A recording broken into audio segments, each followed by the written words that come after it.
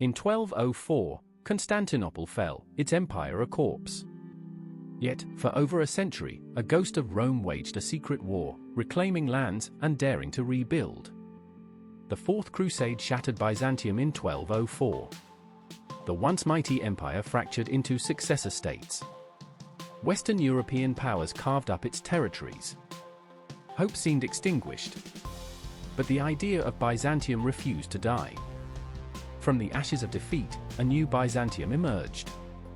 The Empire of Nicaea, led by figures like John III Doukas Vatatzes, became the heart of resistance.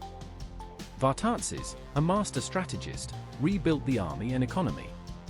He waged relentless campaigns against the Latin states and rival Greek kingdoms. He recaptured significant territories in Anatolia and Thrace. His reign saw a resurgence of Byzantine culture and administration. Cities were fortified, agriculture revived, and trade routes reopened. For a generation, Byzantium was not just surviving, but thriving. A golden age, born from the depths of despair, flickered back to life. The dream of a fully restored empire proved too grand.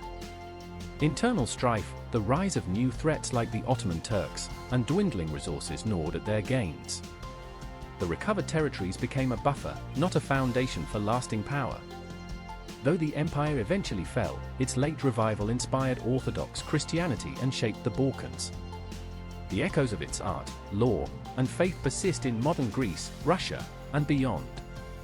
What forgotten empire's final stand inspires you the most?